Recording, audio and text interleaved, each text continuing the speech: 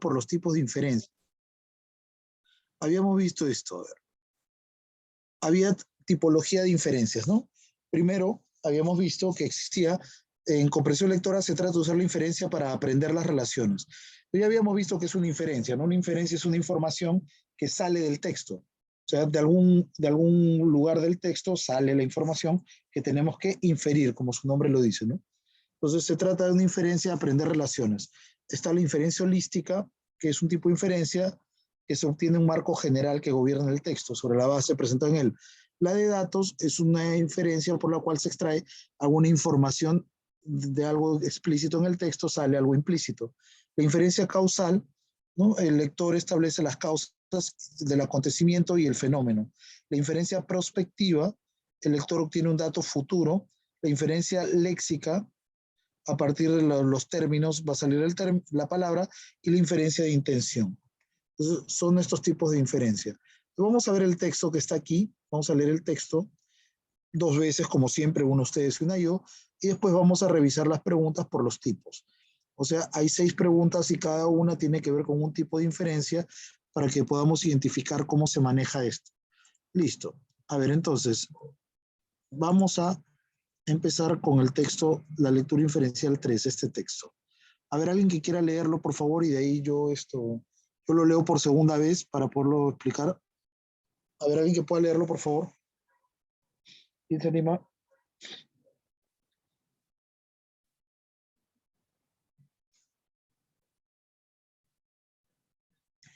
A ver, alguien que pueda leerlo, por favor. Voluntario.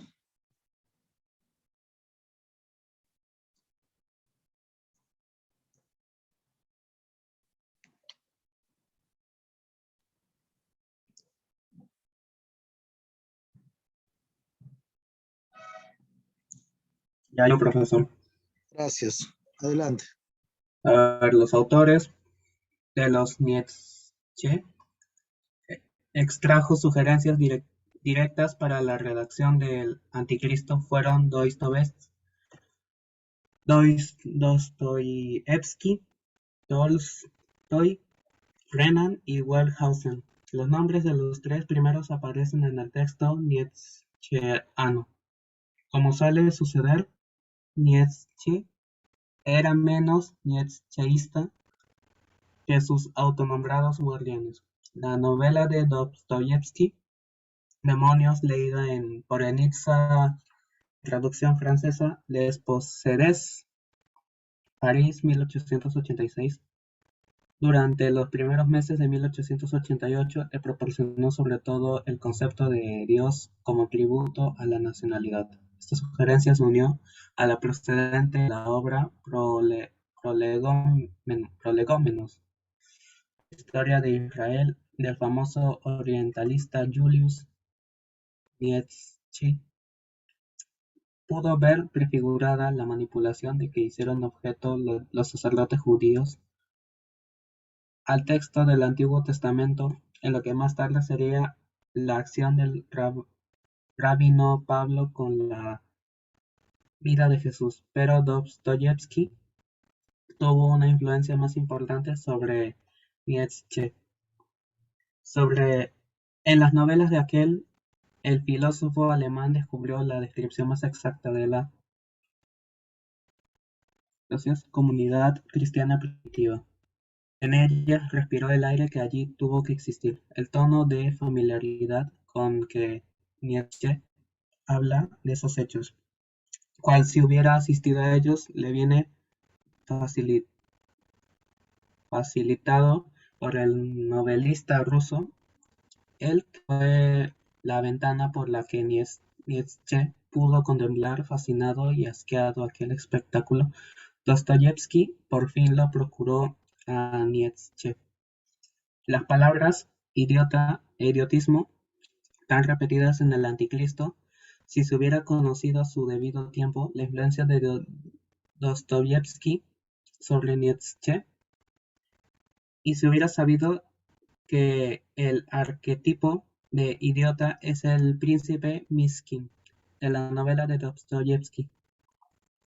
Una mezcla de sublimidad, enfermedad e infantilismo.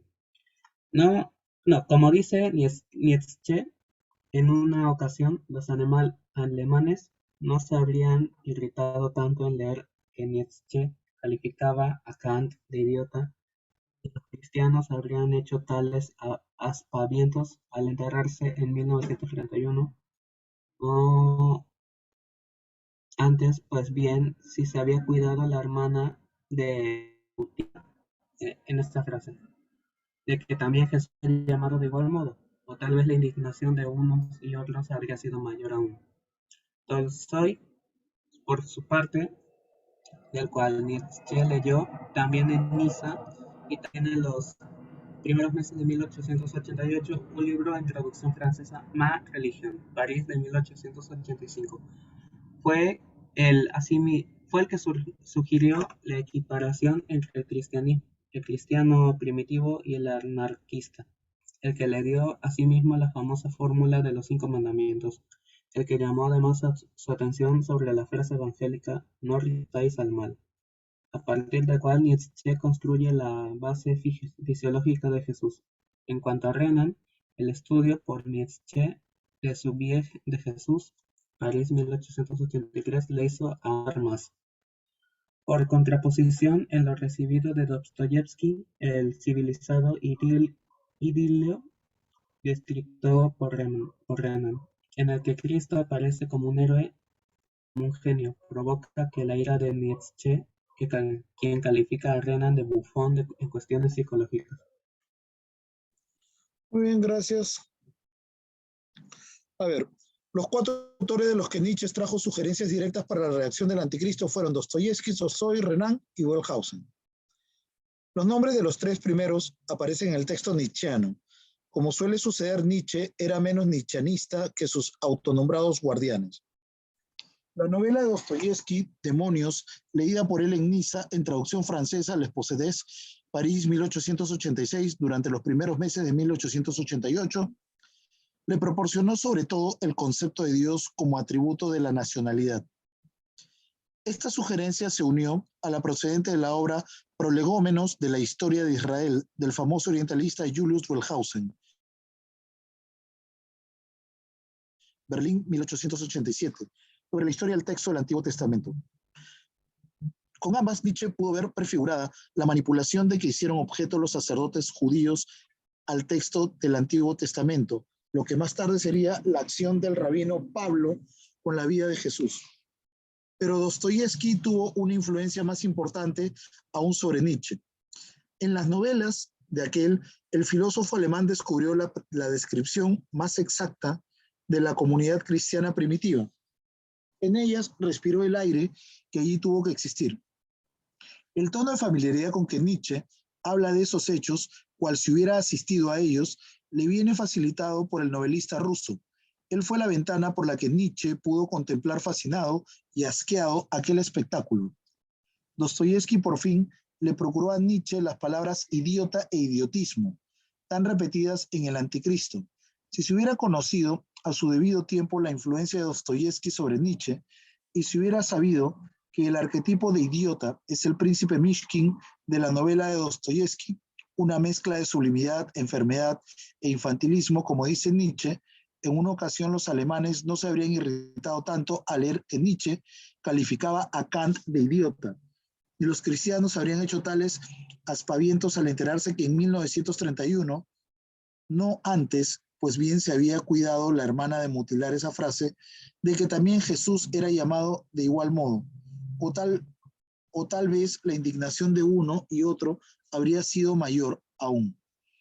Tolstói, por su parte, del cual Nietzsche leyó también en Niza y también en los primeros meses de 1888, un libro en traducción francesa, Ma Religion, París 1885, fue el que le sugirió la equipación entre el cristianismo primitivo y el anarquista, el que le dio asimismo la famosa fórmula de los 5 mandamientos y el que llamó además su atención sobre la frase evangélica, no resistáis al mal, a partir de la cual Nietzsche construye la base fisiológica de Jesús. En cuanto a Renan, el estudio de Nietzsche de su vida de Jesús, París 1883, le hizo abordar más de una contraposición.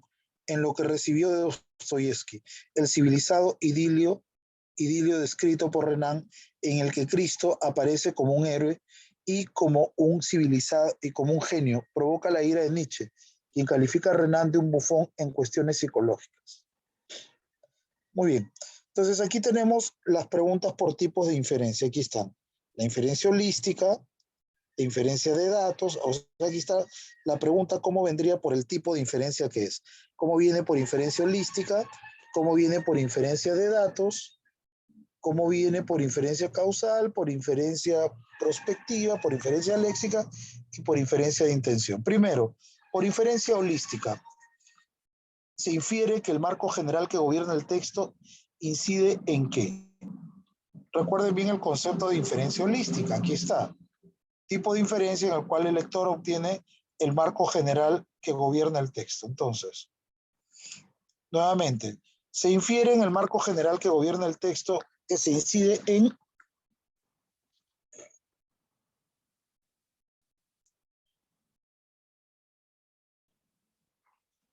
las ideas extraídas de 4 autores que sirvieron para forjar el anticristo, la influencia de 2 escritores rusos, Dostoyevsky, Tolstoy, en Nietzsche, las ideas religiosas de Nietzsche a la luz de los 4 autores determinados, la estructura argumental que Nietzsche produjo a partir de los 4 autores.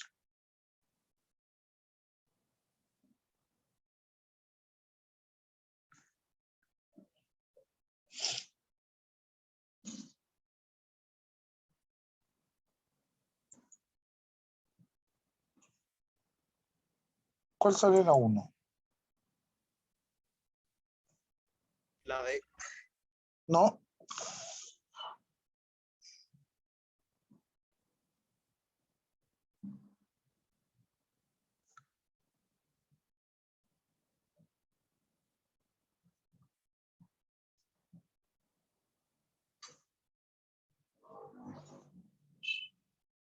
La Sería esta. Las ideas, perdón, vamos a apagar el WhatsApp, lo puse para poder ingresar aquí, pero no tiene sentido. Listo, adiós. Este también. Entonces le decía, muy bien, las ideas extraídas de 4 autores que sirvieron para forjar el anticristo. Inferencia de datos. Se desprende el texto que la comunidad cristiana primitiva, que frente a la comunidad cristiana primitiva, la perspectiva de Nietzsche puede ser calificada como una.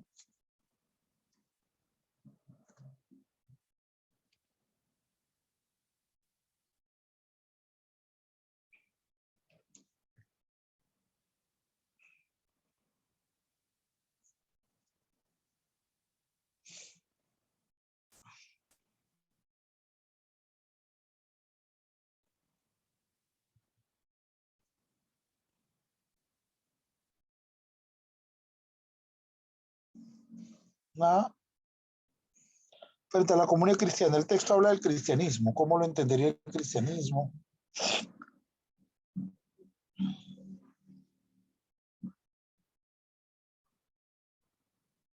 ¿Mm?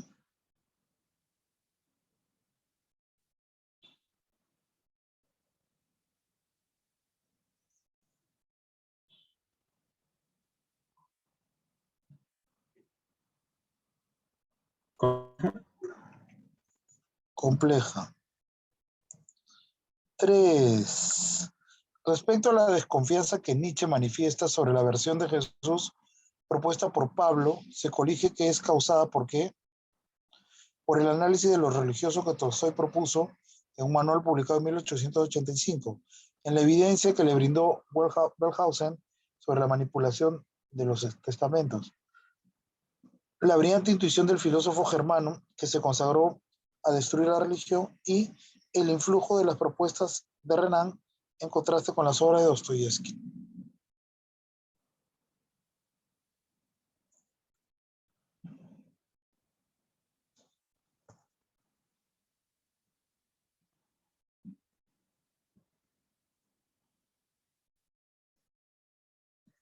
Uh-huh.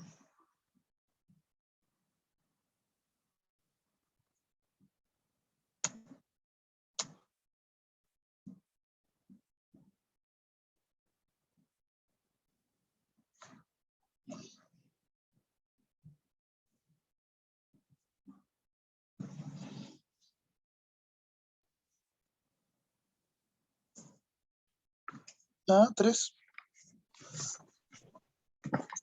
La D. La D. La D. El influjo de la respuesta de Renan en contraste con los otros estudios es que no. No es la D. Es la B. La desconfianza que Nietzsche manifiesta que su propuesta por Pablo se colige que es causada ¿por qué? Por la evidencia que le brindó Wellhausen sobre la manipulación de los testamentos. O sea, ¿por qué desconfía? Porque las obras que te ayudan a reconstruir el autor también son incompletas. A ver, 4. Si recién desde este año se pudiera acceder a la versión completa del Anticristo, los lectores de Renan habrían de identificar las partes en las que se basa Nietzsche. Ciertos cristianos no podrían evitar sentirse molestos por cómo se califica a Jesús. Las autoridades eclesiásticas tendrían que reconocer la importancia de Nietzsche y esta obstaculizaría el reconocimientos literarios y filosóficos negados en su época.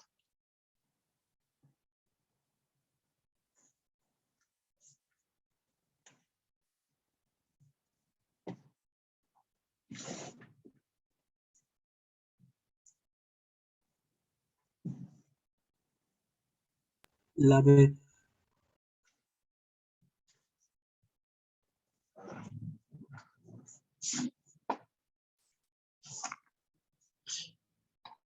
Claro, no podrían evitar sentirse incómodos. ¿Por qué? Porque la obra pues ofende a Cristo, ¿no? En el extramado textual la expresión respirar el aire implica, en el entramado textual, en el texto, la expresión respirar el aire implica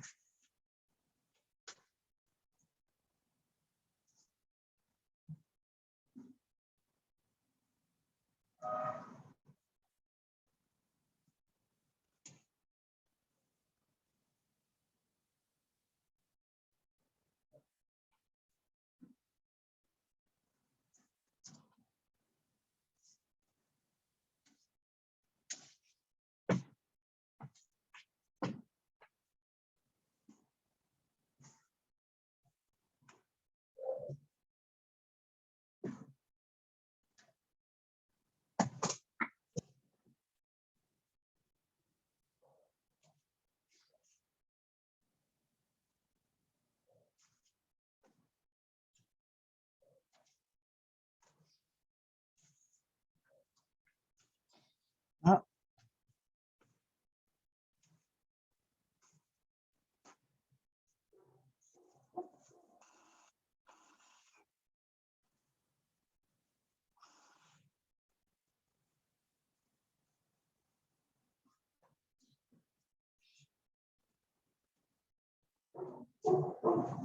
La B.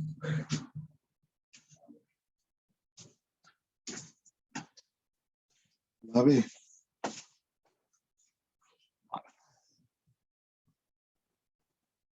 Ya, proximidad, muy bien. La 6. Para la lectura se deduce que la intención principal del autor consiste en qué. ¿Cuál es la intención principal del autor del texto?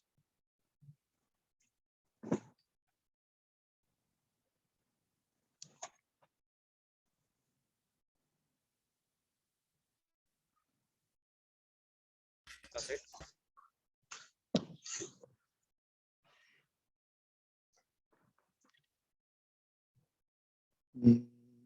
Analizar ciertos pasajes no es analizar pasajes, ¿eh? Un poco más complejo.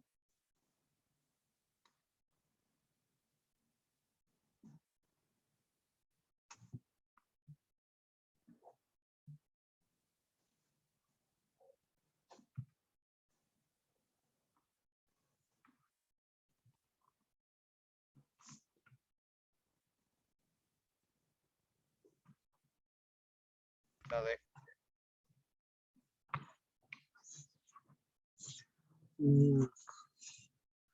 No, es esta. Mostrar cómo Nietzsche articuló ideas de otros autores en su obra El Anticristo. No es eso, nada más. Nada más, así es simple. O sea, lo que quiere es mostrarnos cómo usó otros autores de la época para componer esa obra, ¿no? Que es una, dicho sea de paso, es una de las más conocidas de Nietzsche, es una obra cumbre de él. A ver, comprensión de lectura. Vamos a la práctica de texto. A ver, dice, comprensión de lectura.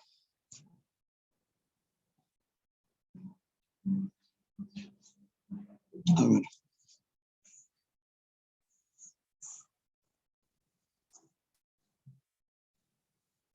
Ya, la estructura del folletín fue.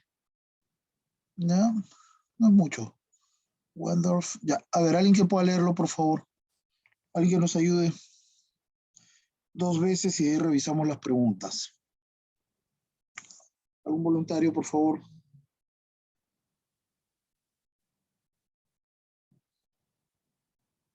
¿Ahí?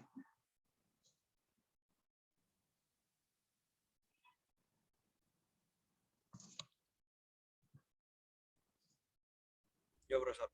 Gracias. La estructura del folletín fue, desde su inicio, la de una novela publicada por partes en diarios que se vendían a precios bajos. Se trataba de una novela de una literatura popular no legitimada por los académicos, sino por el juego del mercado, y en este sentido se diferenciaba de la literatura culta.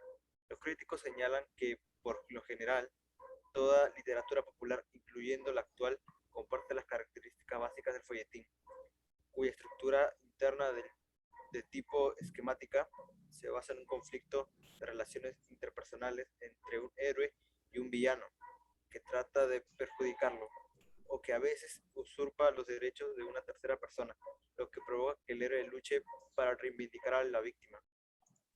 El conflicto sustancial del relato folletinesco se ofrece como un dualismo arquetípico que postula la confrontación de dos mundos: el ideal, en el que reinan la bondad, la moral y la justicia, y en oposición a otro mundo carente de valores morales. Los personajes y las acciones responden a una caracterización maniquea que se repite al infinito.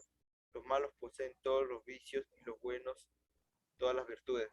Cada capítulo o entrega de este género popular termina como un corto abrupto de la acción de un momento generalmente crucial, para obligar al lector a comprar el siguiente número.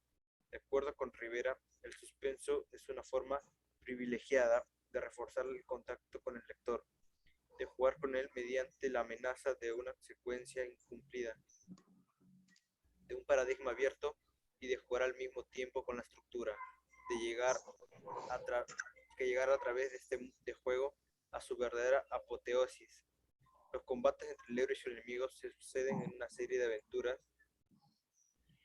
que siguen un movimiento de ascendencia y descendencia, causados por los obstáculos presentados por el villano y los intentos del héroe por solucionarlos. Normalmente, estos incidentes se acortan o alargan no por necesidades intrínsecas al desarrollo de la acción, sino por razones económicas que dependen de la popularidad de la obra. Si hay demanda, el empresario le exige al escritor que invente más aventuras para seguir vendiendo este producto de consumo. Si no, no hay razón para continuar la publicación. Y en ese caso se termina con un final inevitablemente feliz, con el héroe en la cumbre del éxito y el contrincante castigado y marginado. De ahí que el público y el editor sean quienes determinen el gusto y la aceptación de este producto, y que el escritor, al final de cuentas, dependa de ellos y funcione como intermediario entre un consumidor que pide lo que ya conoce y un editor que trata de complacerlo. Muy bien. Perfecto. A ver. Vamos a ver. Dice. La estructura del folletín fue desde su inicio la de una novela publicada por partes en diarios que se vendían a precios bajos. Se trata de una literatura popular no legitimada por los académicos, sino por el juego del mercado, y en este sentido se diferenciaba de la literatura culta. Los criterios señalaban que por lo general toda literatura popular, incluyendo la actual, comparte las características básicas del folletín, cuya estructura interna, de tipo esquemático, se basa en un conflicto de relaciones interpersonales entre un héroe y un villano, que trata de perjudicarlo o que a veces usurpa los derechos de una tercera persona, lo que provoca que el héroe luche para reivindicar a la víctima. El conflicto sustancial del relato folletinesco Se ofrece como un dualismo arquetípico, ¿sí? Arquetípico que postula la confrontación de dos mundos, el ideal en el que reina la bondad, la moral y la justicia, en oposición a otro mundo carente de valores morales. Los personajes y las acciones responden a una caracterización maniquea que se repite al infinito. Los malos poseen todos los vicios y los buenos todas las virtudes. Cada capítulo o entrega de este género popular termina con un corte abrupto de la acción en un momento generalmente crucial para obligar al lector a comprar el siguiente número. De acuerdo con Rivera, el suspenso es una forma privilegiada de reforzar el contacto con el lector, de jugar con él mediante la amenaza de una secuencia incumplida, de un paradigma abierto y de jugar al mismo tiempo con la estructura de llegar a través de este juego a su verdadera apoteosis. Los combates entre el héroe y su enemigo se suceden en una serie de aventuras que siguen un movimiento de ascendencia y descendencia causado por los obstáculos presentados por el villano y los intentos del héroe por solucionarlos. Normalmente estos incidentes se acortan o alargan no por necesidades intrínsecas al desarrollo de la acción, sino por razones económicas que dependen de la popularidad de la obra. Si hay demanda, el empresario le exige al escritor que invente más aventuras para seguir vendiendo este producto de consumo. Si no hay, no hay razón para continuar la publicación y en este caso se termina con un final inevitablemente feliz, con el héroe en la cumbre del éxito y el contrincante castigado y marginado. De ahí que el público y el editor sean quienes determinan el gusto y la aceptación de este producto y que el escritor, al final de cuentas, dependa de ellos y funcione como intermediario entre el consumidor que pide lo que ya conoce y un editor que trata de complacer. Entonces ahí está el texto en dos partes. Primera pregunta.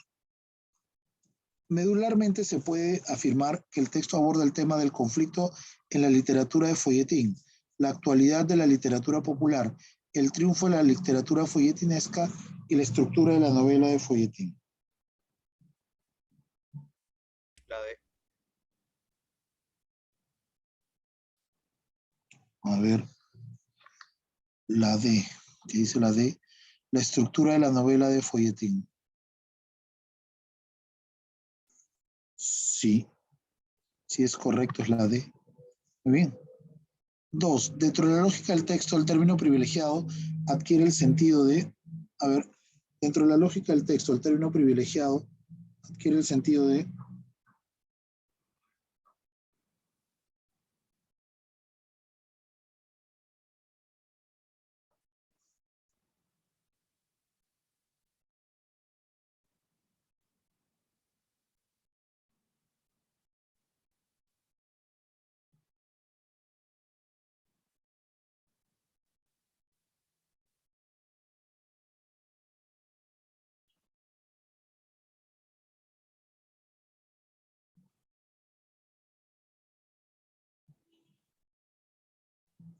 La B.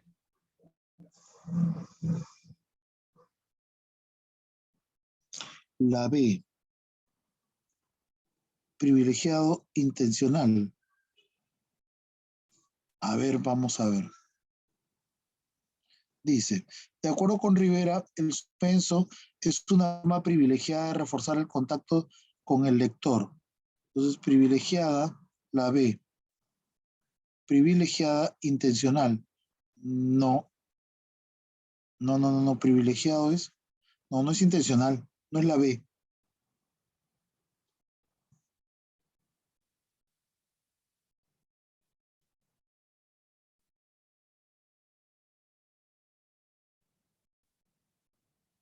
La D. Muy bien, la D sí, preferida, perdón. Marca la alternativa que propongo de forma sintética un rasgo central de la novela de folletín.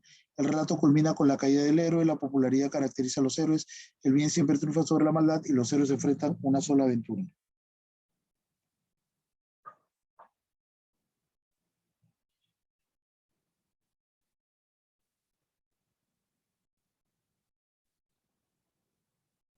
La C.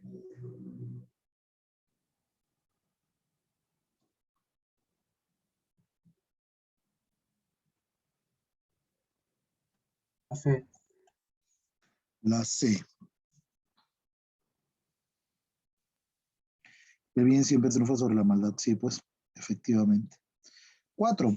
El proceso creativo detrás de la producción de una novela de folletín se infiere que, a ver qué se infiere, el suspenso es un mecanismo habitual para reforzar el contacto con el lector. La originalidad dista de ser una preocupación central de este tipo de literatura. El escritor se convierte en un intermediario entre los consumidores y el editor, y la narración recurre a un lenguaje sofisticado y el empleo de un registro oculto.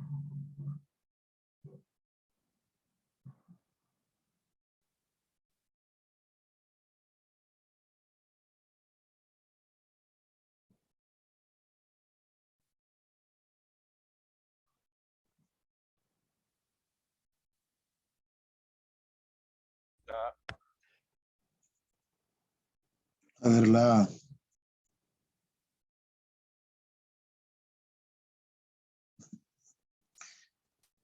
mm, no. La novela del folletín se infiere que no, el suspenso es un mecanismo habitual para forzar el contacto con el lector. No, no. Cuando en lo que se refiere al proceso creativo, no, no sería.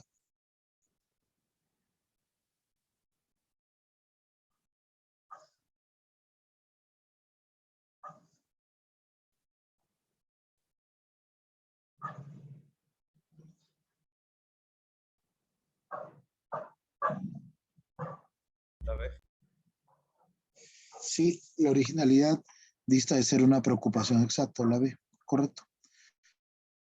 Si entre los consumidores de literatura popular un ímpetu por la exploración profunda, un ímpetu no es un deseo por la exploración profunda de la complejidad psicológica de los personajes, ¿qué ocurriría? El relato folletinesco sería abandonado por las nuevas generaciones de lectores.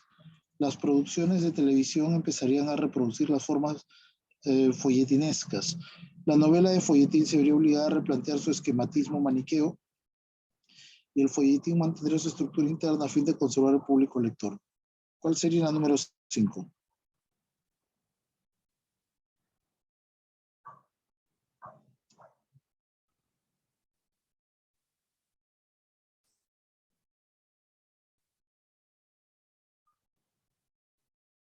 ¿Qué es un ímpetu? ¿Qué es qué? Ímpetu. Ímpetu es el deseo por querer alcanzar algo y trabajar muy duro para alcanzarlo, fuerte. Ímpetu es el deseo por alcanzar algo.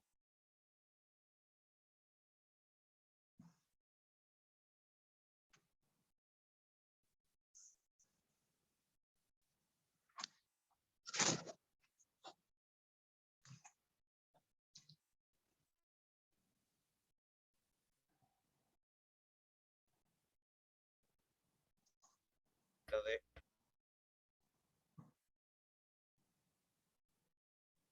El folletín anterior, no, no, no, no, no.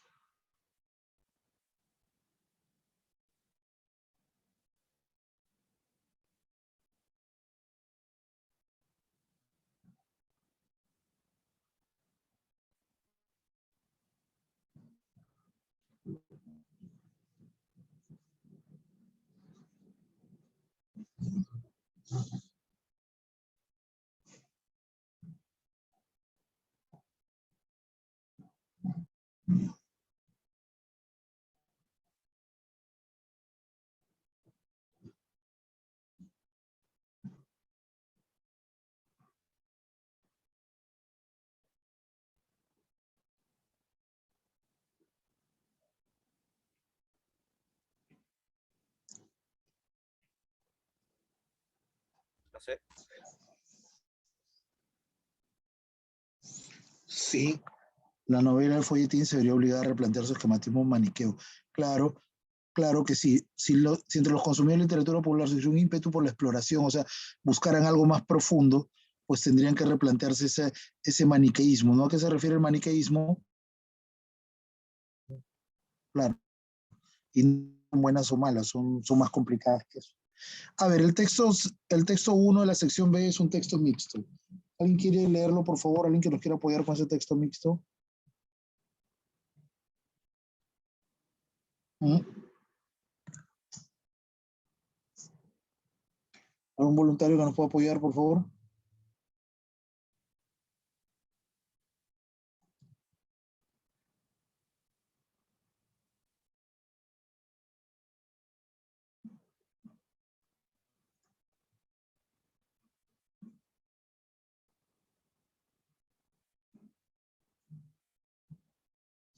Ahí, ¿alguien nos puede ayudar, por favor?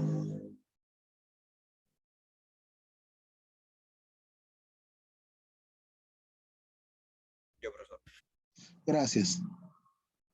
En 2016, un equipo científico japonés descubrió una bacteria, la Ideonella sakaiensis, capaz de descomponer la molécula del politerefactalato de etileno, PET, un tipo de plástico muy usado en la fabricación de envases. Esta molécula es muy similar a la cutinasa, una enzima presente en algunas bacterias y que es capaz de degradar la cutina, un polímero producido por los vegetales. En un principio, la investigación tenía un rumbo diferente, orientado a los beneficios sanitarios de la Ideonella sakaiensis. No obstante, cuando comenzaron a manipularla a fin de examinarla al detalle, descubrieron accidentalmente su sorprendente capacidad de descomponer el plástico.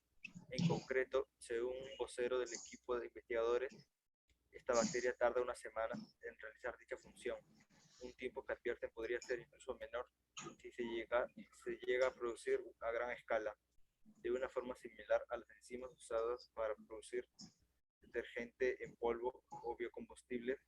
En la actualidad se basa que el tiempo de vida del poliestileno, el plástico más común debido a su bajo costo y a la simplicidad de su fabricación, que supone una inversión amigable, oscila entre los 50 y 600 años según el tipo de producto o las variaciones en su composición química. Por ello, este inesperado hallazgo es de suma importancia, ya que, según un vocero del equipo, sugiere que la ciencia haya más cerca de una solución definitiva para deshacerse de todo el plástico sobrante que amenaza el medio ambiente. Ya, muy bien. A ver.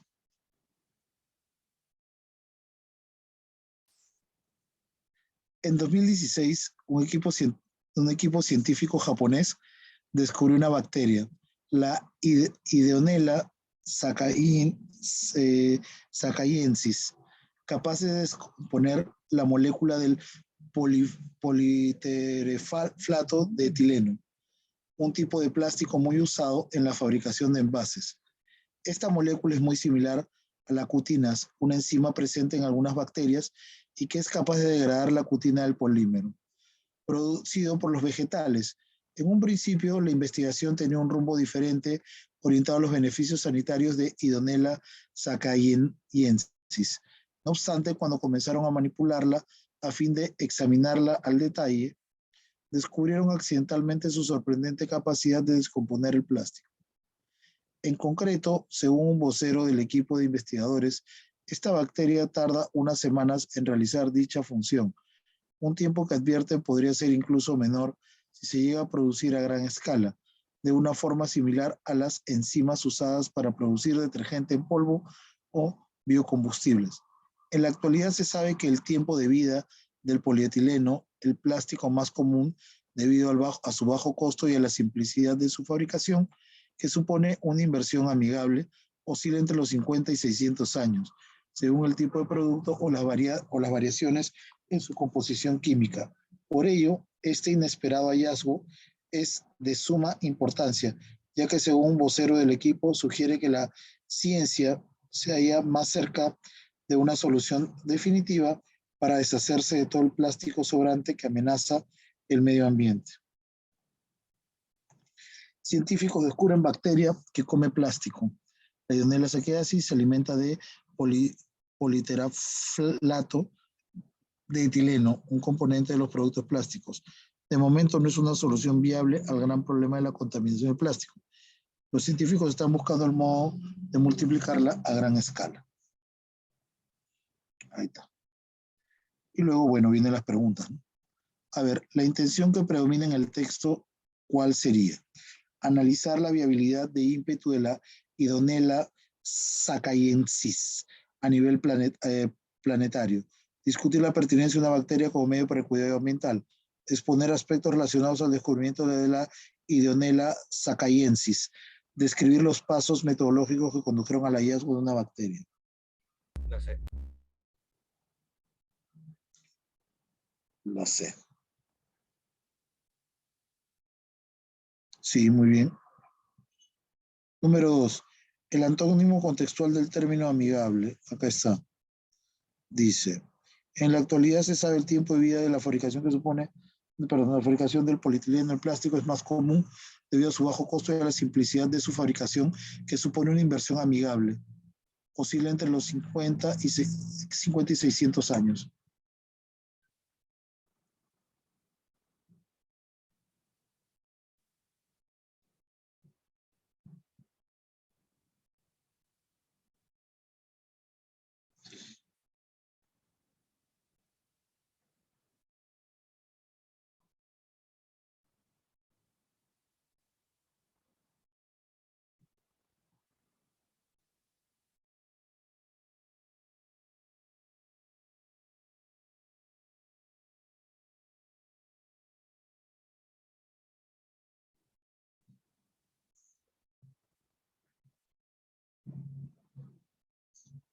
Amigable, a ver, ¿cuál sería ahí?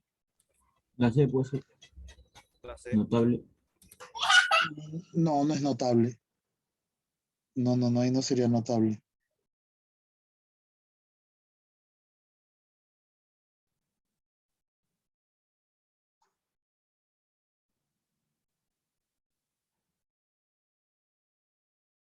La B. Sí, sería la B. Cuantiosa. Cuantiosa.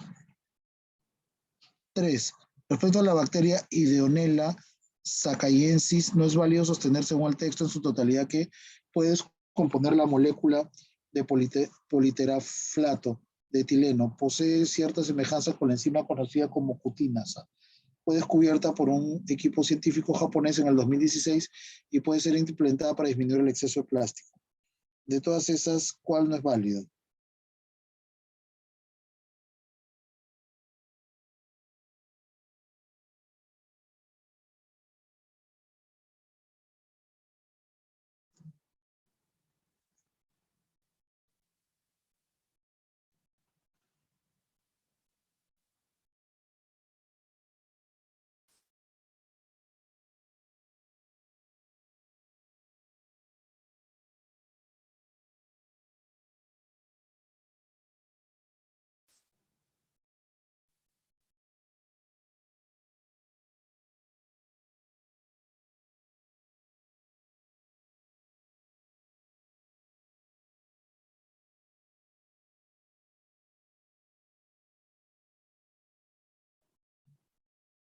La D. La D. Puede ser implementada para disminuir el exceso de plástico. Sí, muy bien, muy bien. 4. Del gráfico y la lectura se deduce que la viabilidad de la solución para descomponer el plástico propuesta por el equipo japonés depende de la naturaleza química de las otras bacterias similares a la Idonella, se halla en relación directa con la posibilidad de su reproducción a gran escala, requiere de la reproducción sintética de enzimas vegetales como la cutina y posee un éxito casi seguro como las enzimas para producir biocombustibles. La B.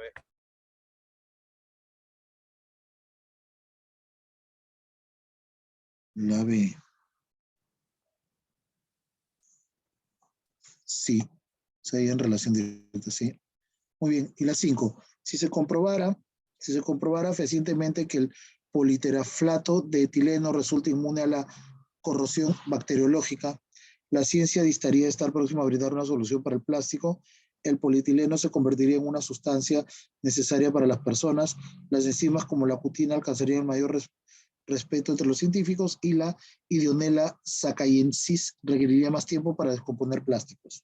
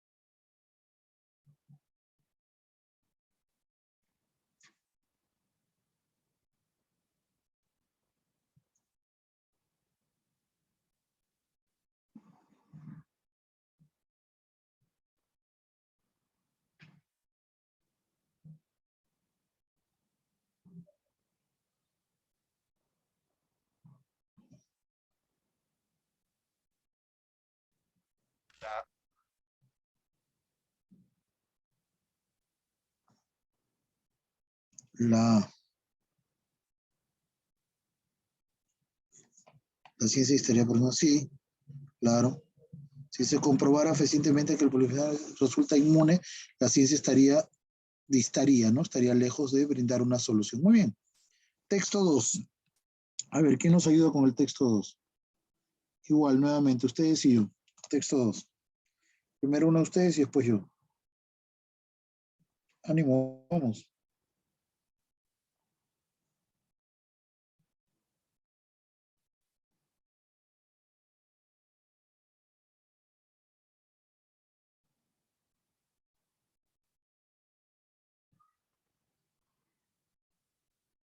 Ánimo.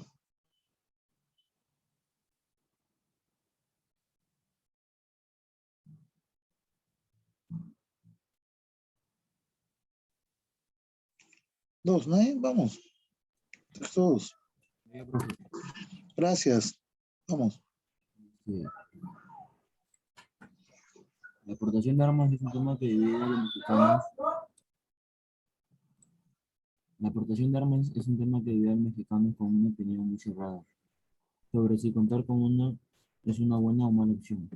El 46.9% de los mexicanos están a favor de poder aportar armas en su vehículo y tenerlas en su negocio, mientras que el 50% dijeron estar en contra de la aportación de armas. De acuerdo a una encuesta de seguridad y participación ciudadana realizada por la Cámara de Diputados, los hombres y mujeres de 18 a 39 años son el sector que se manifestó más a favor de que se puedan portar armas. De tanto que la mayoría de hombres y mujeres de más de 60 años dijeron que estaban en contra. ¿De quiénes dijeron? De quienes dijeron estar de acuerdo con tener armas, el 48.7% considera que la protección de estas aumentará mucho la delincuencia en el país, mientras que un 23.7% dijo que solo aumentará poco.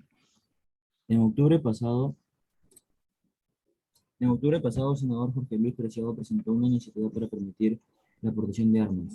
Estamos proponiendo al Senado de la República que se modifique el artículo 10º de la Constitución y se permita que una persona pueda poseer un arma, ya no solamente en su casa, sino en su negocio, y que también pueda llevarla en su auto, como extensión en su domicilio, para su autoprotección y la de su familia, explicó el senador panista en conferencia de prensa.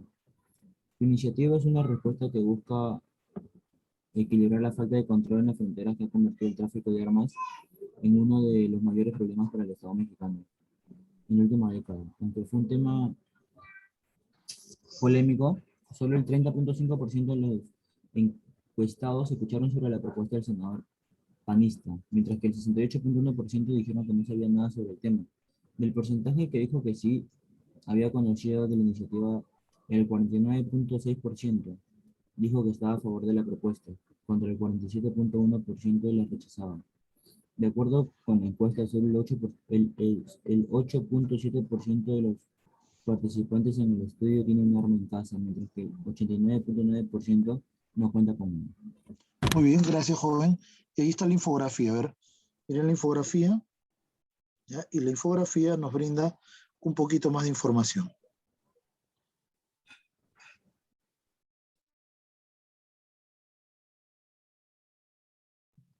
¿Bien?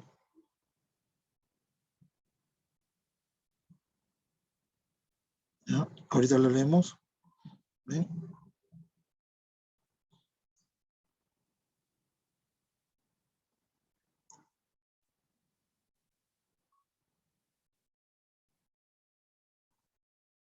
Ya, a ver.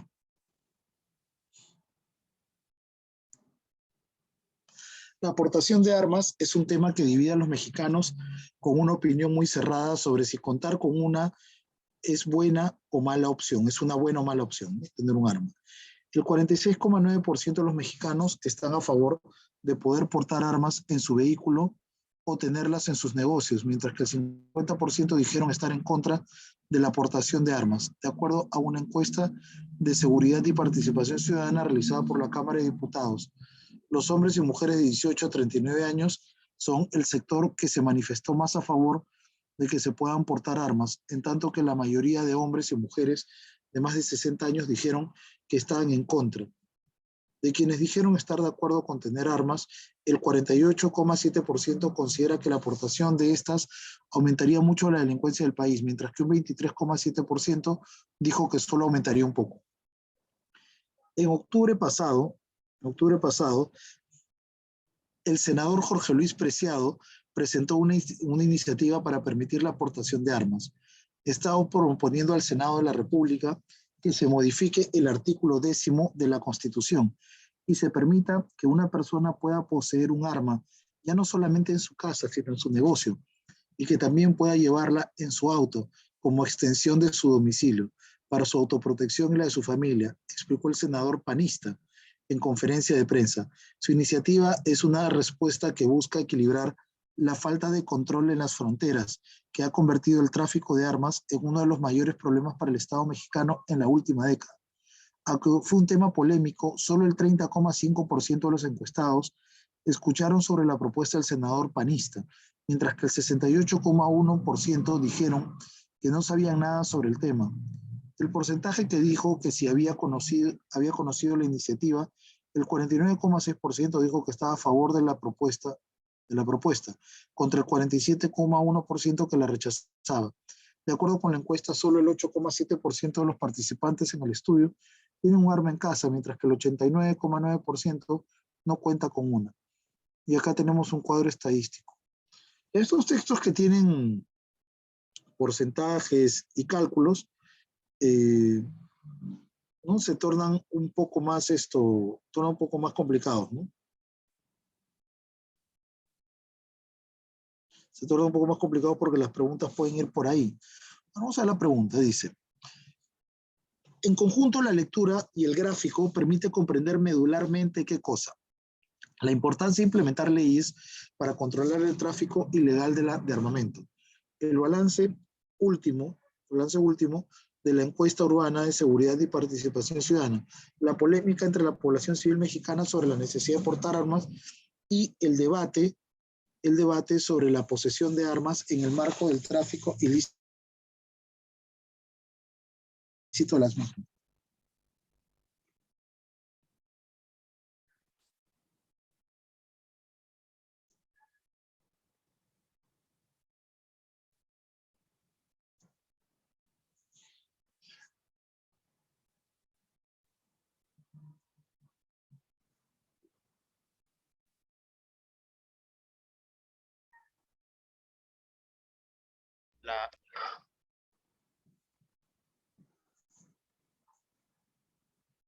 La importancia de implementar leyes de control del tráfico, no, no hay una que es mejor.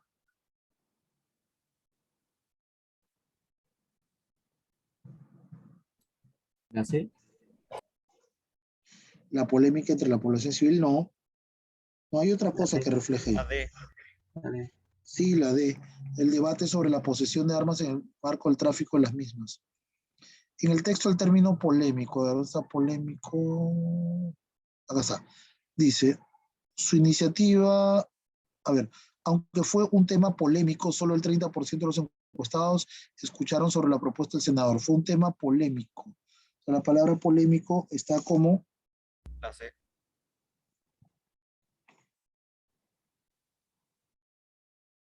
Controversial, muy bien. Del gráfico se colige que la iniciativa propugnada por el senador Jorge Luis Preciado sirve para corroborar que el Estado contribuye en la gestación de actos ilegales. Busca priorizar el tráfico ilegal de armamento como un tema de agenda nacional. Se enmarca en la incapacidad estatal para controlar el ingreso de armas al país y beneficiará al sector económico dedicado a la importación de armamento militar. Entonces, del gráfico se colige que la iniciativa del señor Preciado, a ver, ahí está el gráfico. A ver, ahí está el gráfico.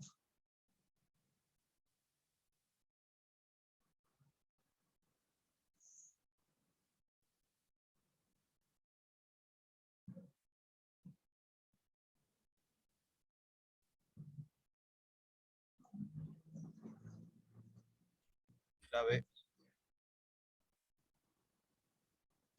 La B, a ver, veamos las preguntas que dice la B. Busca priorizar el tráfico ilegal de armamento como un tema de agenda nacional. No, no, no sería eso.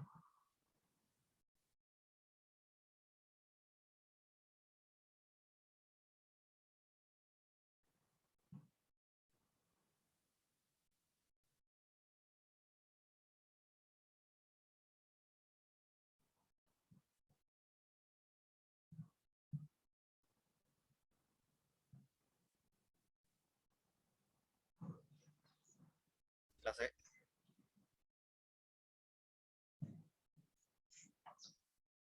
La C. Se enmarca en la incapacidad estatal para controlar, sí, muy bien. Se enmarca en la incapacidad estatal para controlar, sí. Número 4. Con relación a la encuesta de seguridad y participación ciudadana, es incongruente sostener que muestra que casi la mitad de la población mexicana usa armas para protegerse. Indica la existencia de una fractura en la opinión pública sobre el uso de armas. Considera la relación entre posesión de armas y delincuencia en sus preguntas. Revela que la edad es un factor a considerar en la discusión sobre el portar armas. Entonces, en la número 4, ¿cuál sería?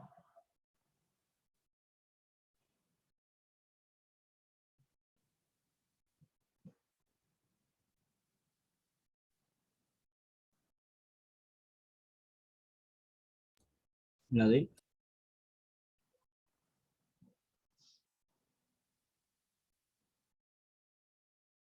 La D.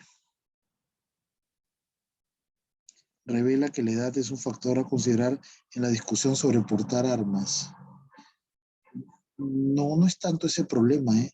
Miren la encuesta, no, no es tanto.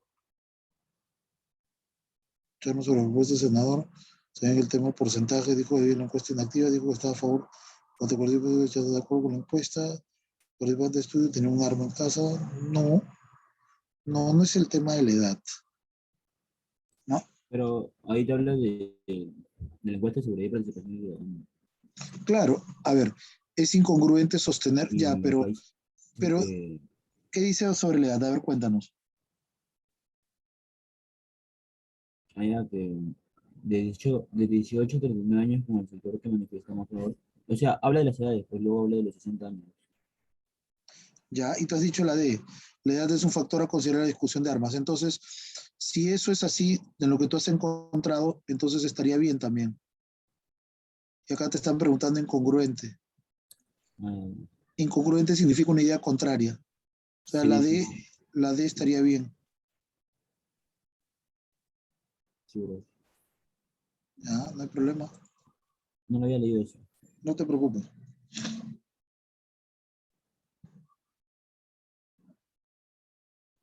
La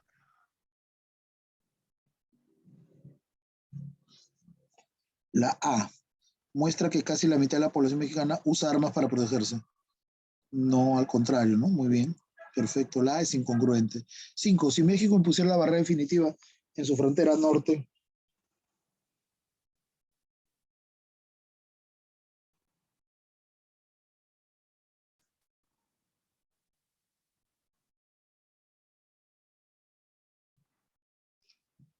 la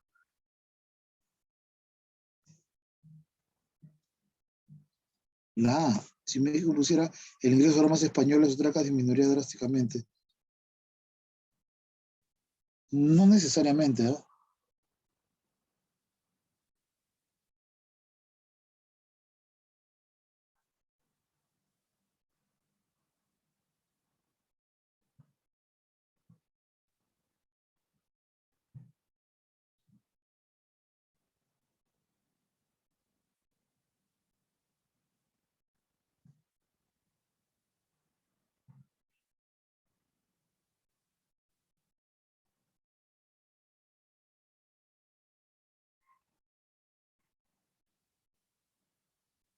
La B.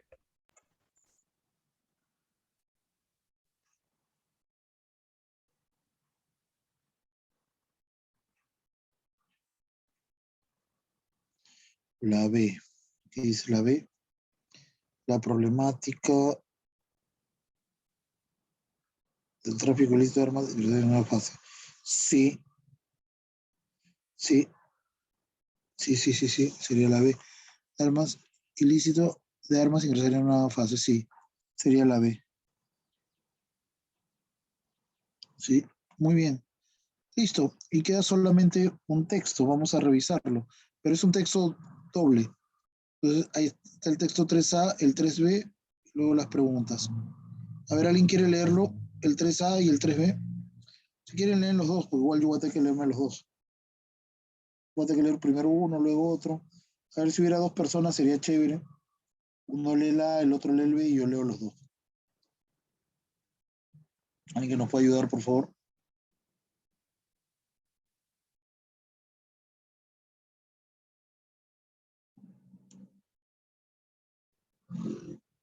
¿Eh? Yo, profesor. Gracias. Ulises, la obra maestra de James Joyce, es una galimatías simple y llanamente a lo largo de 117 páginas. El autor se sirve de lo que él llamaba palabra interior, así como citas, referencias clásicas, parodias y sátiras de obras ignotas, crítica literaria y jerga callejera de Dublín del siglo XIX, latinajos, palabras soeces y un sinfín de figuras retóricas para construir una historia que nadie entiende. La palabra interior de JJ no incluye pistas sobre las conexiones, citas o personajes que aparecen de la nada para esfumarse de igual modo. El lector se halla página tras página totalmente desorientado, sin asideros ni faros y por completo perdido. Siempre perdido. ¿Cuál es el argumento de Ulises? La novela narra un día en la vida de tres personas: Leopoldo Bloom, Molly y su esposa, y el joven Stephen de Daluz, su hijo. Los tres hablan, comen, piensan y flanean de un amanecer al siguiente. Y no salen las cuentas, 24 horas, 717 páginas. No se preocupen, porque no se trata de eso. Simplemente el argumento es irrelevante. Jamás se sabrá si hubo una historia ahí, debajo de las capas de erudición pomposa y gratuita, que aniquilan todo goce y cualquier impulso hacia la lectura. Hoy solo puede ser el perfecto escritor para críticos. Muy bien, gracias. Una obra, es un libro. Un libro difícil, ¿eh? No suele ser fácil, el Ulises de Joyce. Ulises, la obra maestra de James Joyce, es una galimatías, simple y llanamente. A lo largo de 717 páginas, el autor se sirve de lo que él llama palabra interior, así como citas, referencias clásicas, parodias y sátiras de obras ignotas, crítica literaria, jerga callejera de Dublín, siglo XIX, latinajos, palabras soeces y un sinfín de figuras retóricas para construir una historia que nadie entiende. La palabra interior de JJ no incluye pistas sobre las conexiones, citas o personajes que aparecen en la nada para esfumarse de igual modo. El lector se halla página tras página totalmente desorientado, sin asideros ni faros y por completo perdido, siempre perdido. ¿Cuál es el argumento de Ulises? La novela narra un día en la vida de tres personas: Leopold Bloom, Molly, su esposa, y el joven Stephen Dedalus, su hijo y su hijo. Los tres hablan, comen, piensan y flanean en un amanecer al siguiente. Si no salen las cuentas, 24 horas, 707 páginas. No se preocupen porque no trata de eso. Simplemente el argumento es irrelevante. Jamás se sabrá si hubo una historia ahí debajo de las capas de erudición pomposa y gratuita que aniquilan todo gozo y cualquier impulso hacia la lectura. Joyce solo puede ser el perfecto escritor para críticos. Listo. Eso es lo que cuestiona. A ver, y en la siguiente En la siguiente tenemos el texto B. ¿Para alguien que pueda leer el texto B, por favor? Ya leímos el A, alguno que nos ayude con el B. Oiga, profe. Gracias, adelante, por favor. Dice, Ulises no solo es un galimatías, no es un galimatías, sino que buena parte de su andadura transcurre por los cauces de la novela realista tradicional. Habría que añadir que Ulises puede ser incluso un libro hasta cierto punto, apropiado para ser leído de un modo selectivo. Su variedad estilística y la perfecta acotación de sus partes permiten que el lector someramente familiarizado con la estructura del conjunto pueda moverse con comodidad a lo largo del mismo y revisitar sus pasajes preferidos. Por otro lado, el argumento de la novela no es un absoluto banal, es un absoluto banal. Joyce Joyce. logra el milagro de que el deambular de un puñado de personas corrientes, atención que me he perdido mi mouse, ya. Logra el milagro. Joyce logra el milagro de que el deambular de un puñado de personas corrientes por una ciudad a lo largo de una sola jornada adquiere la atención y el dramatismo de las mejores novelas de aventuras, que como se sabe suele ser básicamente relatos que se inician con una crisis y se resuelven en un proceso de búsqueda, que conduce a un episodio de encuentro y restitución. La diferencia con las historias de dragones y trasgos reside en que los motivos que impulsan en sus personajes son preocupaciones de gente adulta, en un contexto cotidiano. Precisamente la grandeza de la novela estriba en revelar a sus lectores la condición mítica que puede alcanzar la diaria lucha con las pequeñas contrariedades. Muy bien. Ulises no es un galimatías, sino que buena parte de su andadura transcurre por los cauces de la novela realista tradicional. Habría que añadir que Ulises puede ser incluso un libro hasta cierto punto apropiado para ser leído de un modo selectivo.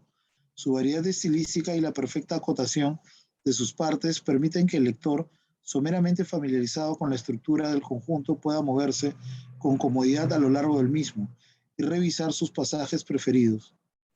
Por otro lado, el argumento de la novela no es en absoluto banal.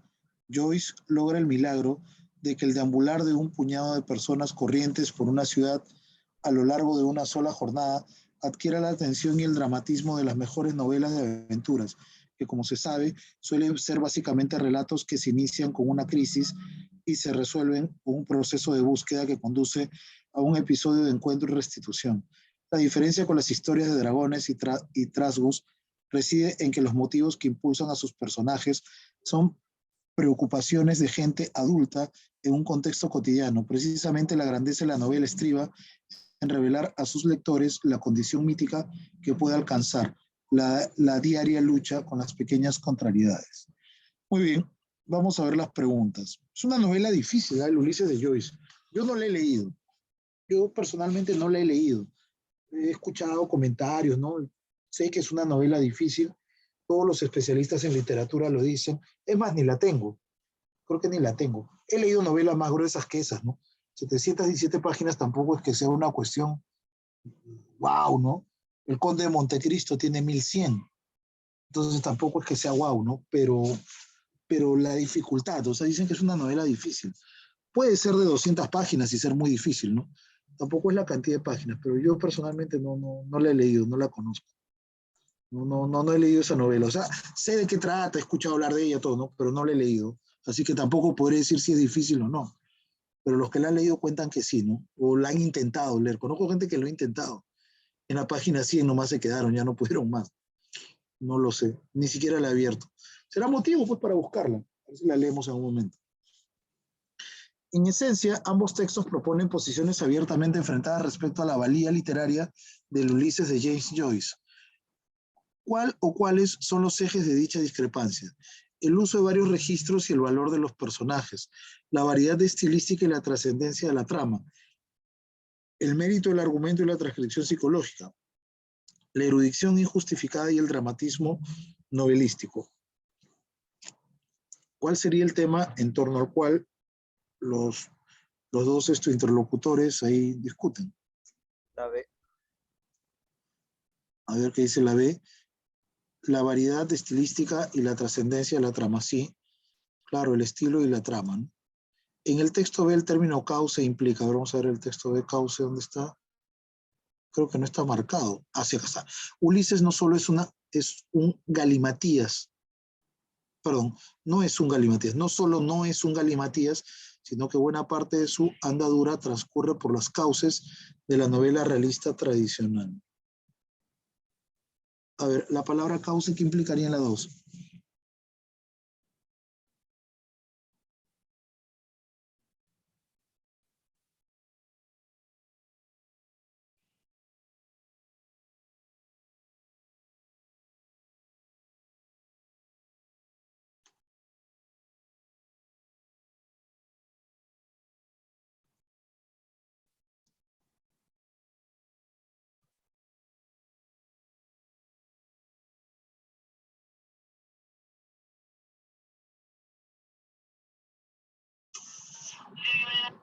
La C. La C, discontinuidad. No, no implica discontinuidad. No, siga su cauce, o sea, la C no, porque miren acá, a ver, vamos de nuevo. No es una galimatías, sino que una buena parte de su andadura transcurre por los cauces de la novela realista tradicional, por los cauces, o sea, los caminos. ¿Qué palabra refleja eso ahí? La B. No, tampoco, ¿ah? No es esta, porque la B es diversidad, y no, no es diversidad, es tendencia, es esta, sigue por la tendencia. La palabra tendencia significa que tiene el mismo estilo, ¿no? O sea, no ha cambiado el estilo ahí. Eso se llama tendencia, le llama tendencia el mismo estilo. A ver, número 3. En opinión del texto A, ¿qué recurso resultaría imprescindible para facilitar la lectura de Ulises? Empleo de saltos temporales, conflictos entre los personajes, uso de un narrador principal o recurrencia de principios. En el número 3, ¿cuál resultaría necesario para la novela?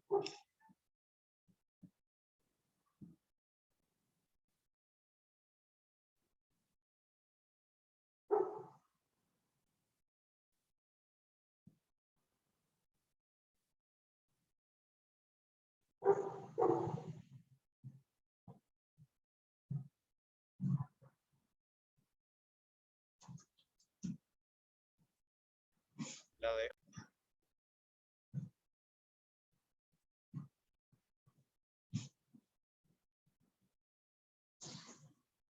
La D, recurrencia. No, no es recurrencia. No.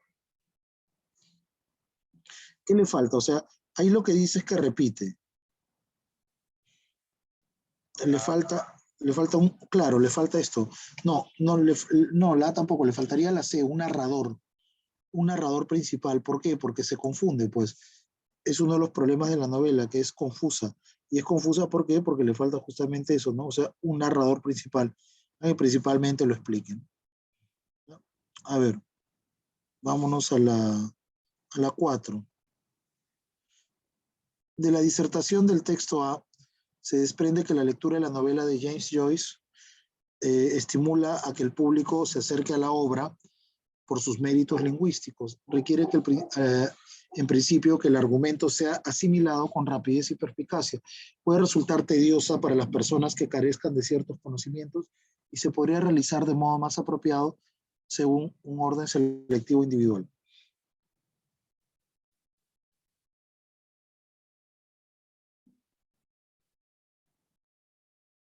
La C.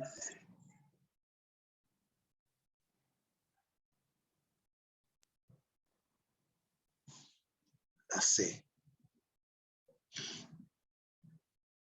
Se puede resultar tediosa para las personas que carezcan de ciertos conocimientos. Sí, sí, la 4 sí es la C, muy bien. Y la 5 y última, con esta terminamos. Si se demostrara que la atención del lector es derrotada por el exceso de recursos estilísticos empleados por el Ulises, esta novela, difícilmente podría revelar la condición mítica que puede alcanzar la vida cotidiana. Se convertiría en una obra de interés para la mayor parte de los lectores actuales. Sería capaz de transmitir la tensión dramática de las mejores obras de aventuras y expondría con precisión las preocupaciones existenciales de personajes adultos.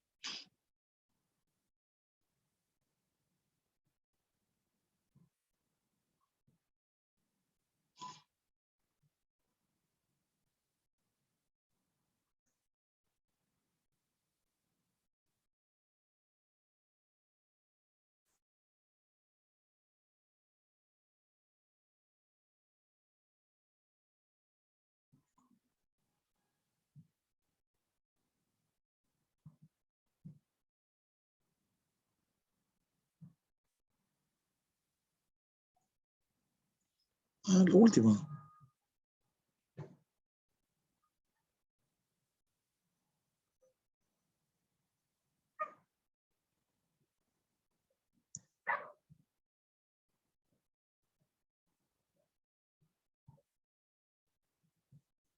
La La, Muy bien. La A, difícilmente podría revelar la condición mítica que puede alcanzar la vida cotidiana. Muy bien. La 5 sería la A. Listo. Y justo a tiempo, miren, 5:20. Muy bien, jóvenes. Hemos terminado la